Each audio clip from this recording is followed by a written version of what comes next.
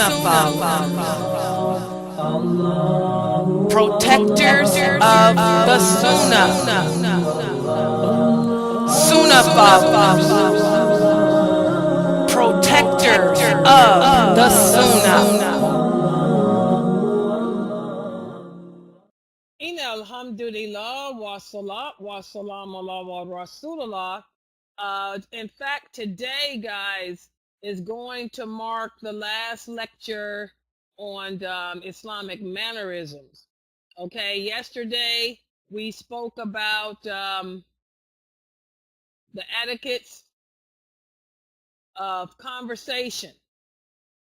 Well, today we're going to do the second part of this by speaking about the etiquettes of conversation, how to deal with an ignorant person, or how does Islam teach us to respond when a person comes to us wanting to argue or wanting to debate. Okay? And again, we have to accept the reality, guys, as Muslims, that sometimes you will be put in a situation where you will be forced to have to deal with an ignorant person.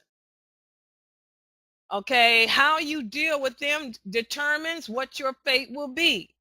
Some people, when dealing with an ignorant person, can remain ill-mannered, hot-tempered.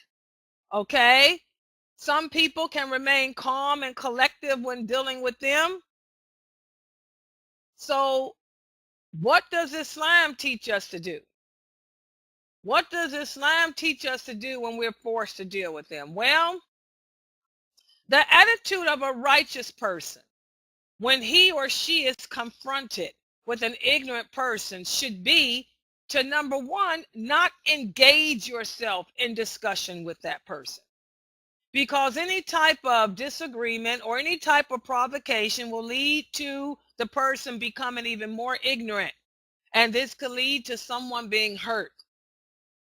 And this is why Allah tells us in the Quran to simply turn away, to walk away, to turn away from the ignorant.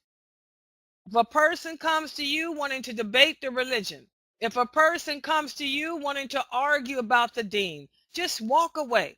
Just turn away from him. Okay?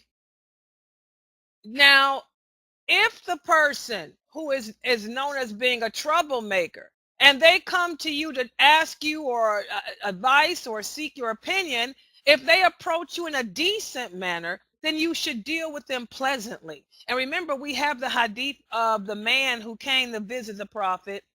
This man had a reputation of being a troublemaker, but he approached the prophet in a kind manner, and he was not hostile in his approach.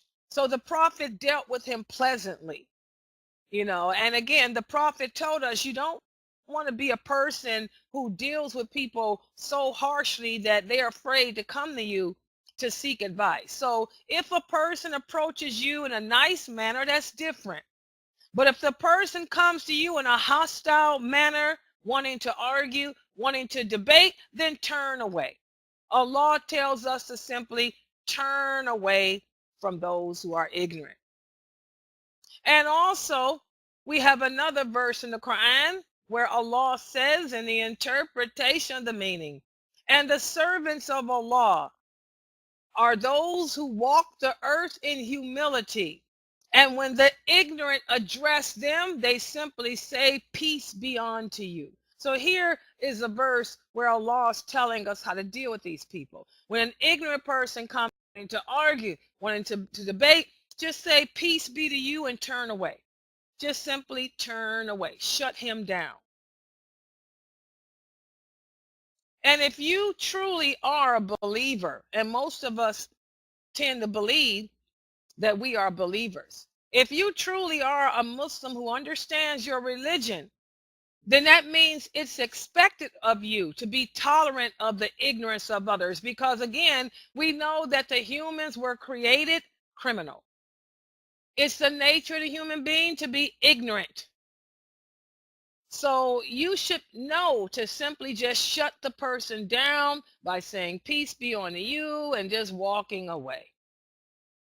We have a hadith, whereas once the Prophet sallallahu alaihi wasallam was sitting with his friends. One person used insulting words against Abu Bakr, which hurt his feelings. But Abu Bakr remained silent. The man began to abuse Abu Bakr with insulting words further. And again, Abu Bakr remained silent. But when the person continued to hurl abusive words and names at Abu Bakr, this time Abu Bakr jumped up to answer him. And when he answered him, the Prophet said, that's it. He said, as long as you sit here ignoring the man, the angel, we had an angel who was denying everything that man said about you. But when you started to answer him back, the angel left and a devil came and sat down. And I do not sit in the company of a devil. And that's when the Prophet had got up to walk away. So what do you learn from this hadith? What is the lesson to be learned? I tell you guys all the time, when you read hadiths, ask yourself, what's the lesson to be learned? The lesson to be learned here is, if a person comes to you using insulting words, just ignore them. Don't allow that person to provoke you. Don't allow that person to bait you into arguing or debating with him. Instead, just turn away, walk away, ignore. But if you don't, then someone's going to get hurt. Okay? And again, Allah tells us in the Quran, in the interpretation of the meaning, Allah does not like that evil should be voiced publicly, except when an injustice has been done to someone. For Allah hears and knows all things. Whether you express a good deed or hide it, or cover evil with forgiveness, Allah does not remove sins and has power in the judgment of values. Allah is letting it be known he doesn't like for us to go around, speaking badly in the public. He doesn't like for us to argue with each other. He doesn't like for us to debate with each other. He doesn't like for us to throw bad insulting words at each other. Again, and we can't hide from him. Once it comes out of your mouth, it's written down. Remember, guys, Allah doesn't punish us for our bad thoughts, but he does punish us for our actions, our behaviors, and what we say out of our mouths. So we have to be careful of that. So thus, guys, Islam teaches us to ignore ignorant people. And it teaches us to avoid controversy, to avoid debating. Because again, these type of behaviors only lead to things that are bad. They lead to hatred. They lead to enmity. They can even lead to murder. You guys know that most murderers will tell you the reason why they committed the murder was because that person made them angry. We have to be careful of that. And Allah hates controversy.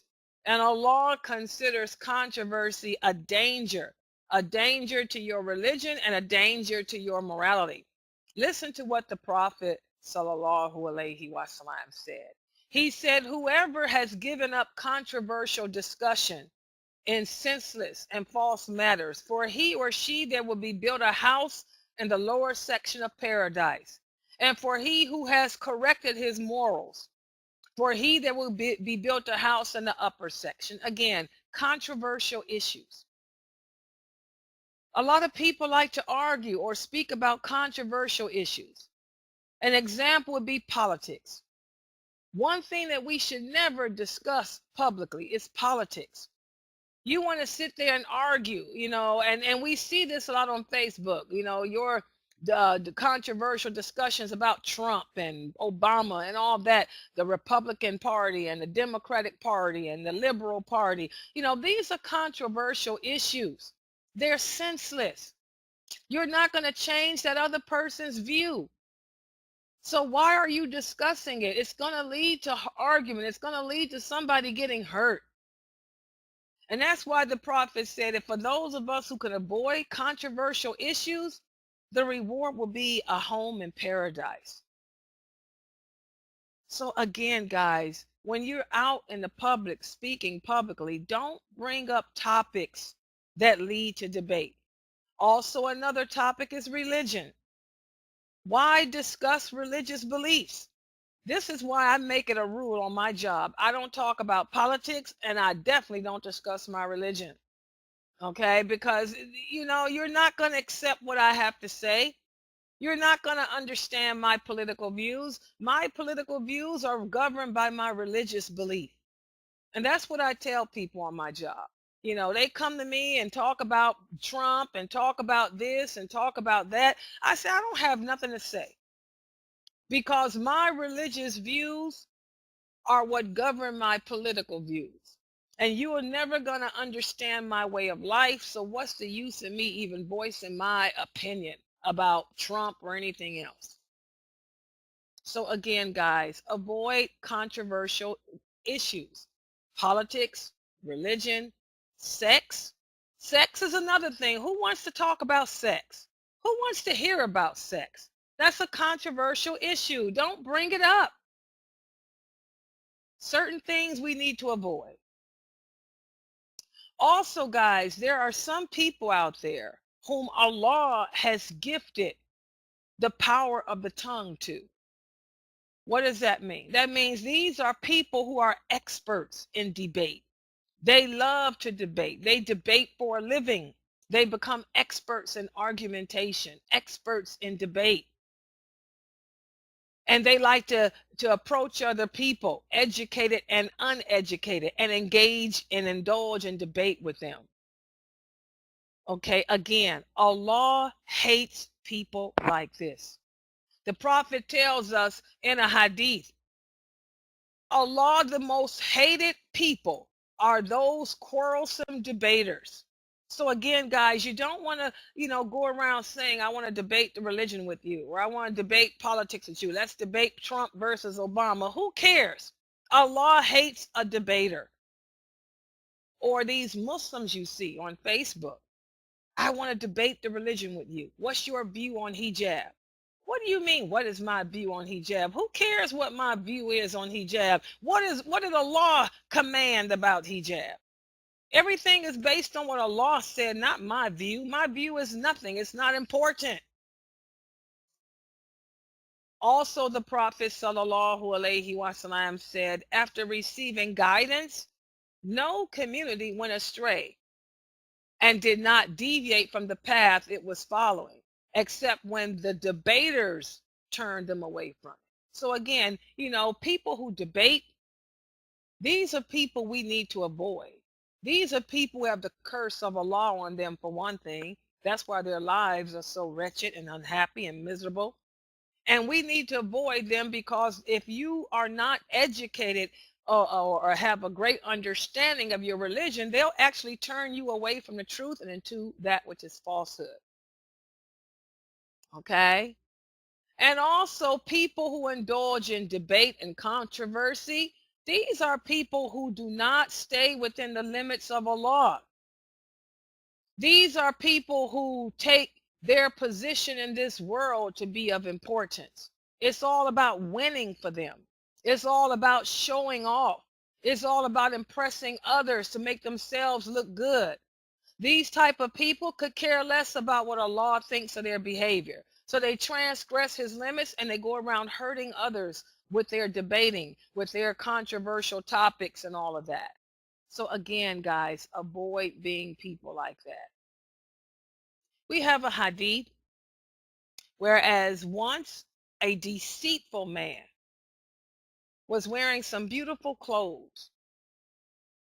And when he entered into the presence of the prophet, he began to raise his voice high, higher than the prophet, to make himself look to be above the prophet.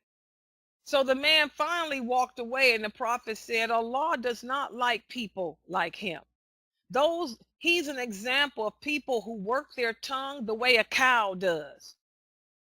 Well, just like they work their tongue that way, Allah will twist their faces and their mouths on the day of judgment while they're in the hellfire. Subhanallah. In other words, here's a man that wants to speak like he's above you. He wants to speak above you, like you're ignorant, because like you're not on his level. This is an arrogant, pompous person. He wants to use big words to make you appear to be ignorant and uneducated. And we find these type of people in our ranks today, and that's so sad. We need to avoid people like that. And to show how much our Prophet sallallahu alaihi wasallam hated people who were eloquent speakers who used to argue and debate, we have a hadith where as once the companions were talking and debating some religious view, and when the Prophet arrived, he became angry. In fact, many of the companions say they never saw him so angry before. He said, "Don't move." He said, "The people who came before you were destroyed because of what you guys are doing now, arguing and debating the religion." He said, "Stop debating. The portion of good in debate is very little. Give up this type of talk. Give up this argumentation, because this is not the quality of a true believer." Subhanallah. What do you think he would say today if he were to look on Facebook and see all those Muslims arguing right now as we speak about whether or not Thanksgiving is haram, whether or not it's haram to celebrate Thanksgiving? This is a big debate going on right now on Facebook. As Muslims, we have to avoid arguing, avoid debating, because on the day of judgment, there will be no one to intercede for the one who debates. The Prophet sallallahu alaihi wasallam told his companions, "Wash your hands of this evil habit, because in paradise I will lead only 3 kinds of houses. Its lower floor, middle floor, and upper floor will be for that man who gave up debating." He says, "Stay away from this evil habit, because after worshiping idols, the first thing that my Lord has forbidden is to debate the religion." And we have men who call themselves scholars when they really are not, sitting up on Facebook as we speak now, debating about Thanksgiving. Subhanallah. How idiotic. So thus, guys, this is what Islam teaches us to do. When we are confronted with a person who wants to argue or debate, also when we are confronted with a person who wants to speak about controversial issues, don't make any comments. Don't say anything. In fact, walk away. Tell the person you have something else to do and get up and leave. Turn away from the ignorant people. Don't sit there and allow them to pull you in there with your emotions. Just turn away. Walk away. That would be better and more righteous for you.